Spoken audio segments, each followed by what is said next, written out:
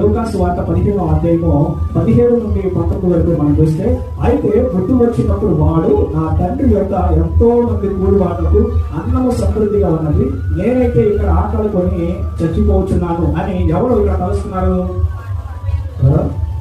తప్పుపోయినటువంటి కుమారుడు. అంటే వాడికి బుద్ధి ఎప్పుడు వచ్చింది? ఎప్పుడు వచ్చింది బుద్ధి? నష్టం కలిగినప్పుడు బుద్ధి వచ్చింది. అంతకుముందు తండ్రి ఎన్నోసార్లు చెప్పుంటాడు కదా, ఎన్నోసార్లు గర్తించుంటాడు.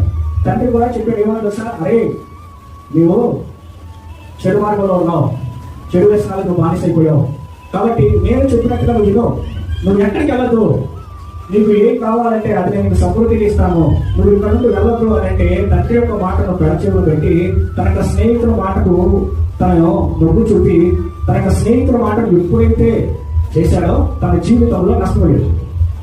తన జీవితంలో ఎన్నడూ చూడనటువంటి ఘోరమైనటువంటి పరిస్థితిని అతను ఎదుర్కొన్నాడు.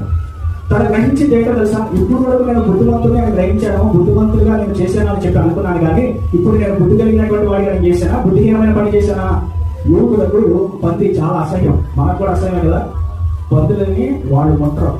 ఎప్పుడు వచ్చింది దానికి బుద్ధి అంటే, అరే నేనేంటి పందులు తినేటువంటి పొట్టులు తింటామేంటి, నా తండ్రి దగ్గర సమృద్ధి అయినటువంటి ఆహారం ఉంది, నేనైతే ఇక్కడ పెంచోళ్ళగా అడుక్కునేవాడు కన్నా చాలా ఘోరమైనటువంటి స్థితిలో నేను వచ్చాను.